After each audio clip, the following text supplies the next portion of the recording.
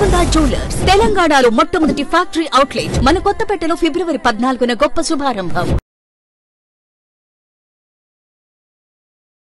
నమస్తే, నేను మీ జాహ్నవి. మనతో ఉన్నారు ప్రముఖ జ్యోతిష్య వాస్తు పండితులు, ప్రముఖ ఆధ్యాత్మికవేత్త, భారతీ శంకరపీఠ వ్యవస్థాపకులు, వేద స్మార్త జ్యోతిష్య ఆగమ ధర్మశాస్త్ర ప్రతిష్టాంత పండితవర్యులు, అగ్ని ఉపాసకులు, బ్రహ్మశ్రీ అన్నవరపు తిరుపతి మూర్తి అవధాని గురువు గారు.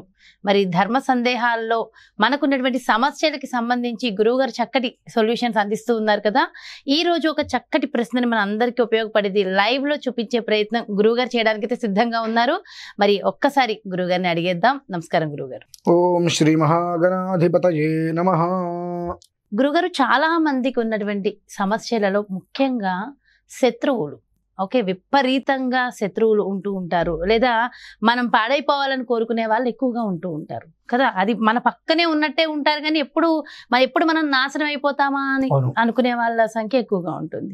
అయితే వీటికి నివారణ మీతో జనరల్ గా అడిగినప్పుడు కూష్మాండ దీపము అని చెప్పారు కదా. అయితే అసలు ఈ కూష్మాండ దీపం ఏంటి, దేనికి అంటే దేనికి ఇంకేమేం కారణాలు ఉంటాయి, ఈ కూష్మాండ దీపాన్ని ఎలా పెట్టాలి, డీటెయిల్డ్ గా మన వ్యూవర్స్ అందరి కోసం మా కోసం చూపించండి గురువుగారు. కూష్మాండ దీపము అంటాం. దానికి అనేక నామాలు అయితే ఉన్నాయమ్మా. కూష్మాండము అనగా మనకు బూడిది గుమ్మడికాయ వస్తుంది, తెల్ల గుమ్మడికాయ అని చెప్పి మనకి వస్తుంది. అది దానికి కొన్ని ప్రత్యేకమైనటువంటి విధానములు ఆచరించి దాన్ని బలి ఇవ్వాలి. ఒకటి జ్యోతి వెలిగించటం చేయాలి. బలి అనగానే మనకు ఆటోమేటిక్గా వేరే వచ్చేస్తూ ఉంటాయి. కూష్మాండమే ఇవ్వాలి. ఎందువల్లనంటే ఏ మంత్రశాస్త్రంలో కూడా రక్తాన్ని బలిగా ఇమ్మని ఎక్కడ చెప్పలేదండి. ఎలాంటి ప్రమాదమైనప్పటికీ కూడా ఇంట్లో మితిమీరిన కష్టాలు ఉన్నాయి, నరదృష్టి ఇవన్నీ ఉన్నాయన్నప్పుడు చక్కగా ఒక మంత్రం చెప్తా. ఇప్పుడు నేను ఆ మంత్రం ఎవ్వరు కూడా రిలాక్స్ పంపించండి అడగవద్దు, వినండి. చక్కగా గుమ్మడికాయ తెచ్చుకోండి, డాగులు అవేమీ లేకుండా ఉండి గుమ్మడికాయ తీసుకోండి. పసుపు రాయింది, కుంకుమ రాయింది, పసుపు రాయద్దు, కుంకుమ రాయద్దు, అది ఎవరిష్టం వాళ్ళది. రాయాలంటే రాయొచ్చు, లేదంటే రాయాలంటే ప్రశ్నలు వేస్తూ ఉంటారు. రాయటం రాయకుండా ఎవరిష్టం వాళ్ళది. చక్కగా ఇలా పట్టుకొని ఓం కూష్మాండైర్జుహుయాద్యోపూత ఇవ మన్యేత యథాస్తేనో యథా భ్రూణహైవ మేష భవతి యో యో నౌరేత సించతి యదర్వాచి నమేనో భ్రూణహత్యాయాస్తస్మాన్ముచ్యతే యావదేనో దీక్షాముపైతి దీక్షిత ఏతైః సతతి జుహోతి సంవత్సరం దీక్షితో భవతి సంవత్సరా దేవాత్మానం పునీతే మాసం దీక్షితో భవతి యో మాసస్స సంవత్సరా దేవాత్మానం పునీతే చతుర్విగుంశతకం రాత్రిర్దీక్షితో భవతి చతుర్విగుంశతిరర్ధమాసాః సంవత్సరా దేవాత్మానం పునీతే ద్వాదశ రాత్రిర్దీక్షితో భవతి ద్వాదశ మాసాః సంవత్సరా దేవాత్మానం పునీతే షడ్రాత్రిర్దీక్షితో భవతి షడ్వారతవ సంవత్సరా దేవాత్మానం పునీతే తిస్రో రాత్రిర్దీక్షితో భవతి త్రిపదా గాయత్ర్యా ఏవాత్మానం పునీతే నమాగుం సమస్నీయాన్న స్త్రియముపేయాన్నో పర్యాసి తజ్గుప్సేతా నృపాత్మయో బ్రాహ్మణస్య వ్రతం యవాగురాజన్యస్యామిక్షావైస్యస్యాథో సౌమ్యేప్యధ్వర ఏతద్వ్రతం బ్రూయాత్ యదమన్యేదోపదా యాని ధనాస్తూన్ ఘృతమిత్యను వ్రతేదాత్మనోనుపదాసాయ. ఇది కూష్మాండ సూక్తము అని అంటారండి. ఈ కూష్మాండ సూక్తాన్ని చక్కగా గుమ్మడికాయలా పట్టుకోండి. ఈ కూష్మాండ సూక్తాన్ని జపించిన తర్వాత ఇంట్లో దేవుడి దగ్గర చక్కగా ఇలా పెట్టుకోండి.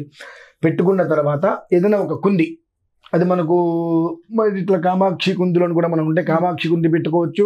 ఏ కుంది అయినా సరే దీపం కుంది పెట్టుకొని చక్కగా దానికి దీపారాధన చేస్తాం. అయితే నేను ఇక్కడ మనకు అనవసరంగా వృధాగా కొన్ని వస్తువులు పాడు చేయడం ఇష్టం లేక ఒకటే గుమ్మడికాయ తెప్పించాము. మనకు 2 గుమ్మడికాయలు అవసరం. ఈ మంత్రం చెప్పిన తర్వాత గుమ్మడికాయ ఇక్కడ పెడతాం కదండి మనము. తర్వాత ఇంకొక గుమ్మడికాయ తీసుకొని మనం అంటే దీన్నే తీసుకుంటాం, ఇబ్బంది ఏముంది. అంటే ఇక్కడ నేను పూజా విధానం చేయలేదు కాబట్టి ఇదే గుమ్మడికాయని కోస్తున్నాను. గబిక్కిన ఈ మంత్రం పట్టుకొని ఇలా పట్టుకొని పూజ చేశారు, అదే గుమ్మడికాయని కోశారని చెప్పి అతను ఎవరు కోయవద్దు. అంటే మంత్రం చదవడానికి ఒక గుమ్మడికాయ, కోసేది వేరే గుమ్మడికాయ ఉండాలి. ఎందువల్లంటే కొన్ని వస్తువులు వృధాగా నాశనం చేయడం కూడా ఇష్టం లేకపోవడం కారణం చేత ఒకటే గుమ్మడికాయ తోటి నేను చూపిస్తున్నాను.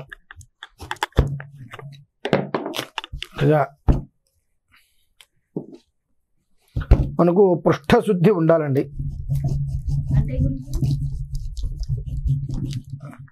ఇలా కింద పెట్టినప్పుడు అటు ఇటు పడిపోకుండా నిల్చునేటట్టుగా ఉండటం. ఇక్కడ మనం ఒక గుమ్మడికాయ పెడతాము.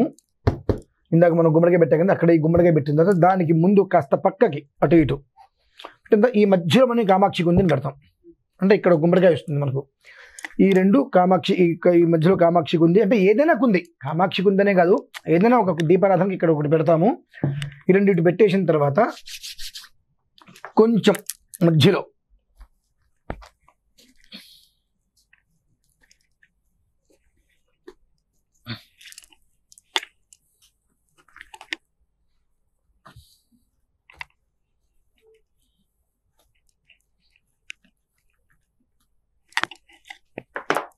కొంచెం ఎక్కువ వద్దు మనకు, కొంచెం తీసేసిన తర్వాత నిమ్మకాయ తీసుకొని చక్కగా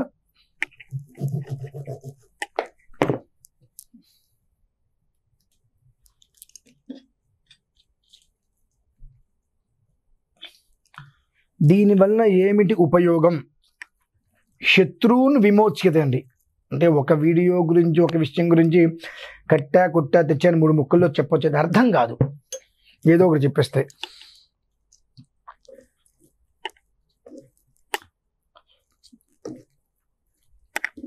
మనకు రావాల్సినటువంటివి ఎన్నో విధానాలుగా, అది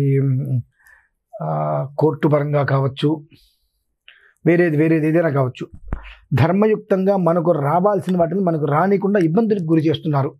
అటువంటిప్పుడు మనము కోర్టులో డబ్బులు ఖర్చు పెట్టేస్తూ ఉంటాం, దాని లాయర్ల కోసం అదని.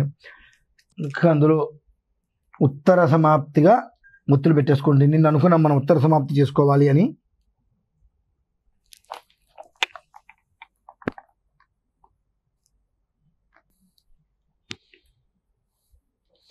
అంటే నేను ఇది ఎందుకు చూపిస్తున్నాను అంటే అమ్మా, పూర్వం నేను 1-2 చూసి ఉన్నా. ఏమిటి అంటే, ఈ కూష్మాండ దీపం అన్నప్పుడు ఈ గుమ్మడికాయనే హోల్ చేసి అందులోనే దీపారాధన చేసినట్టు నేను చూసి ఉన్నా.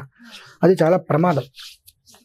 మనము మంచి కోసం వెళ్ళినప్పటికీ కూడా దానివల్ల కొన్ని ప్రమాదాలు మనం ఎదుర్కోవాల్సిన పరిస్థితి గట్టిగానే ఉంటుంది. అంటే కొన్ని మూలాలు, కొన్ని నియమాలు ఉంటాయి, ఇలా చేయవలసి ఉంటుంది అని చెప్పి. అలా చేస్తే దానికి ఫలితం. మనం కూష్మాండ దీపం, ఆ కూష్మాండం అనేటువంటిది గుమ్మడికాయ పెట్టిన తర్వాత దానికి మనం జ్యోతిహారత అనేటువంటిది ఇస్తున్నాం. ఆ కూష్మాండ మంత్రంతో ఏదైతే ఇంతకు సూక్తం చెప్పుకున్నామో ఆ సూక్తంతో అక్కడ మనం గుమ్మడికాయని మనం పెట్టుకున్నాం. దానికి పెట్టుకున్న మనం పసుపు రాస్తాం, కుంకుమ అంటే మన విషయం, అది రాసినా రాకపోయినా పెద్ద ఇబ్బంది ఏం లేదు. అక్కడ ఆయన్ని కూష్మాండ దేవతని ఆరాధన చేసుకుని అక్కడ స్థాపించిన తర్వాత ఒక గుమ్మడికాయ 2 ముక్కలు చేసి అటు ఇటు పెట్టి నిమ్మకాయతోటి ఇలా పెట్టుకోవాలమ్మా. అంతేగాని ఆ గుమ్మడికాయ లోపల మనం హోల్ చేసేసి అందులోనే నూనె పోసేసి మనం దీపారాధన చేస్తే కరెక్ట్ అయినటువంటి విషయం అయితే అది కాదు. చేస్తేనే ఫలితం వస్తుంది, చేయకపోతే ఫలితం రాదు అనేటువంటి మాట పచ్చి అబద్ధం. చేయటం వలన సంవత్సరం తర్వాత వచ్చేటువంటిది 6 నెలల ముందు వస్తుంది, చేయకపోతే సంవత్సరం వరకు మనం ఎదురు చూడాల్సి వస్తుంది. అంతకుమించి పెద్ద ఇందులో ఎట్లా ఉంటుందంటే, దేవుడికి చేస్తేనే మనకి ఫలితాన్ని ఇస్తాడా, చేయకపోతే ఫలితాన్ని ఇవ్వడం అంటే, అన్నం వండితేనే మనం తినగలుగుతాం, రైతు పండిస్తేనే బియ్యం వస్తాయి. రైతు పండించకుండా బియ్యం రావు. బియ్యం ఇంటికి వచ్చినా ఆ పొయ్యి మీద పెట్టండి, అది ఉడకదు. నేను బియ్యం నోట్లో వేసుకొని నీళ్ళు పోసుకుంటే ఉపయోగం లేదు కదా. దేని ప్రక్రియ దానికి ఉంటుంది. అలానే మధ్యలో ఇందాక మనం అనుకున్నట్టుగా 3వ దీపం మధ్యలో అయితే అది కాస్త అయితే కింద పెట్టకుండా ఈ సమానంగా వచ్చేటట్టుగా పెట్టుకోండి, ఇంకో హైట్లో. 3వ దీపం అనేటువంటిది మధ్యలో ఇలా పెట్టండి. ఈ మధ్యలో అనేటువంటిది బ్రహ్మ విష్ణు మహేశ్వర స్వరూపం, జ్యోతిత్రయము, సాజ్యం త్రివర్తి సంయుక్తం వన్యనాయోజితం ప్రేమ అని ఎలా అయితే చెప్పబడిందో, ఇందులో మనం 3 కలిపి ఒకటి పెట్టామమ్మా. ఇందులో 3 కలిపి ఒకటి పెట్టాం, 6. ఇందులో మనం 3 కలిపి ఒకటి వేసేస్తాం, అంటే 9. ఈ 9 అనేటువంటిది నవసిద్ధులు, నవగ్రహాలు కావచ్చు, నవసిద్ధులు కావచ్చు, నవ ప్రాజాపత్య ఋషులు కావచ్చు. 9 సంఖ్య అనేటువంటిది 3, 9, 27 నక్షత్రంలో తృతీయ విభాగం కావచ్చు. ఇలా కొన్నిట్లకి ఇది ప్రామాణికంగా ఉంటుంది. ఈ మధ్యలో సమానంగా దీనికి ఉండేటువంటి సమానంగా మనం ఇలా పెట్టుకొని 3 వెలిగించేసుకోండి. వెలిగించుకొని చక్కగా ఇదే కూష్మాండము అనేటువంటిది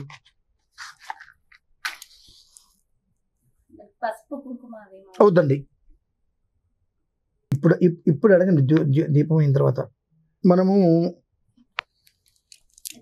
పసుపు కుంకుమ జ్యోతిష్ అంటే దీపారాధన చేసిన తర్వాత ప్రారంభం అనేటువంటిది మనకు పసుపు కుంకుమతో అవసరం లేదు. ఇక్కడ దీపారాధన పూర్తయిన తర్వాత అప్పుడు మనం పసుపు కుంకుమ వేసుకోవడం. చుట్టూదా కూడా ఈ యొక్క లవణం రాతి ఉప్పు చుట్టూతో కూడా దీని చుట్టూతో మొదలుపెట్టి రాతి ఉప్పు వేసుకొని దీని చుట్టూతో రాతి ఉప్పు వేసుకొని దానిపైన మనం పసుపు వేయటం. ఇక కుంకుమ ప్రత్యేకంగా అవసరం లేదమ్మా దీనికి. దీపారాధన చేసే వరకు కూడా ఇక్కడ మనకు పసుపు కుంకుమతోటి అవసరం లేదు. రెండిట్లకి దీపారాధన చేసిన తర్వాత రౌండ్గా ఉప్పు పోయాలి చుట్టూతా. ఈ రెండిట్లకి ఉప్పు పోసి ఉప్పు మీద మనం పసుపు కుంకుమద్దమ్మ పసుపు వేసుకోవడం.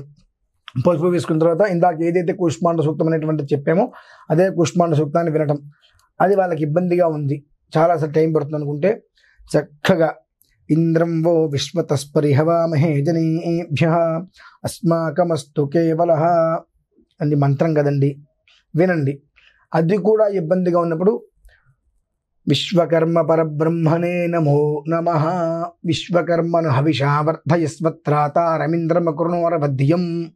అంటే ఒక దోషాలన్నింటినీ కూడా పూర్తిగా కూడా అంటే నరదృష్టి నరఘోష, ఇంటికి సంబంధించి కావచ్చు, వాస్తు కావచ్చు, ఇవన్నీ కూడా శత్రు స్థితిగమనాలన్నీ కూడా ఆ ఇంట్లోకి వెళ్ళేటువంటి విధానం కానీ ఆ ఇంటి వాతావరణం కానీ బాగాలేకపోతేనే అభివృద్ధి అవుతూ ఉంటాయి ఏడుపుల వలన.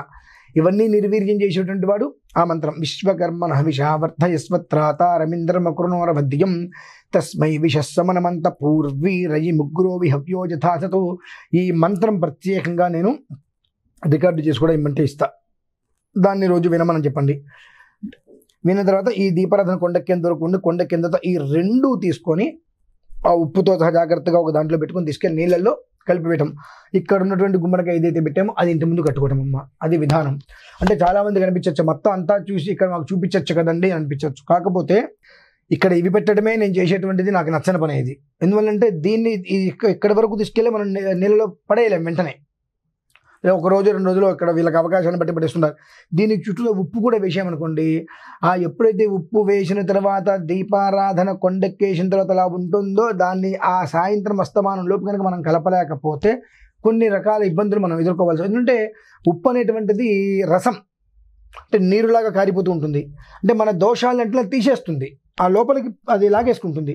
ఆ అస్తమానం లోపు దానికన్నా కలపకపోయినట్లయితే అది ఇబ్బందులు వస్తాయి. ఇంతమందికి, ఇన్ని లక్షల కోట్ల మందికి మంచిని మనం చూపిస్తున్నాం. అటువంటిప్పుడు కొన్ని చెప్పి కొన్ని చేయకుండా ఉంటే చేసే విధానాన్ని చెప్తే అవతల వాళ్ళకు కూడా ఉపయోగపడుతుంది. కాబట్టి నేను కొన్ని మాత్రమే ఇక్కడ చేస్తున్నానమ్మా. అది పరిస్థితి. దీనికి నివేదనగా గురుగారు నివేదన చెప్తానమ్మా. మనకు మన ఉన్నటువంటి దోషాలు పోతున్నాయా లేవా అనేటువంటిది ఇవాళ ఉదయం మనం పెడితే రాత్రికల్లా మన కళ్ళ కనిపించేస్తుంది. రాత్రికల్లా దానికోసం మనం 2 నెలలు 3 నెలలు వెయిట్ చేయక్కర్లా. ఎందుకంటే దానికి నేను వాళ్ళని ముందు ఒక రకమైన ప్రయోగాలు చేసి కూడా చేయమని చెప్తా, వాళ్ళకి క్లారిటీ రావడం కోసం.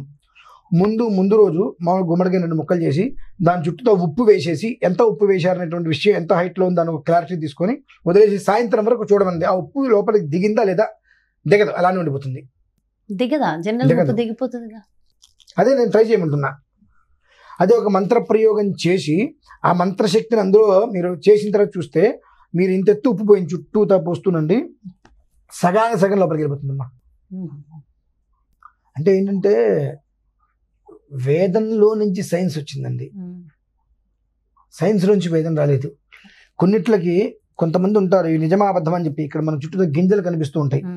ఈ గింజలు చుట్టూతా వచ్చినట్టుగా, అంటే ఈ పైకి ఒక గింజలు ఎంతవరకు అయితే అంతవరకు రౌండ్గా దీని చుట్టూ రౌండ్గా ఉప్పు పోసేసి ఎంత ఎత్తు పోసారు ఉప్పు గమనించుకోండి. ముందు రోజు మధ్యలో ఖాళీ అట్టి పెట్టేసేసి చూసుకోండి. సాయంత్రం వరకు ఎంత ఉప్పు దిగింది అనేటువంటి విషయం చూసుకోండి, వాళ్ళకి అర్థమైపోతుంది. అందులో అంతే ఉందని చెప్పి ఇదే మర్నాడు ఇదే ప్రయోగం మీద ఆ మంత్రంతో ప్రయత్నం చేయమండి.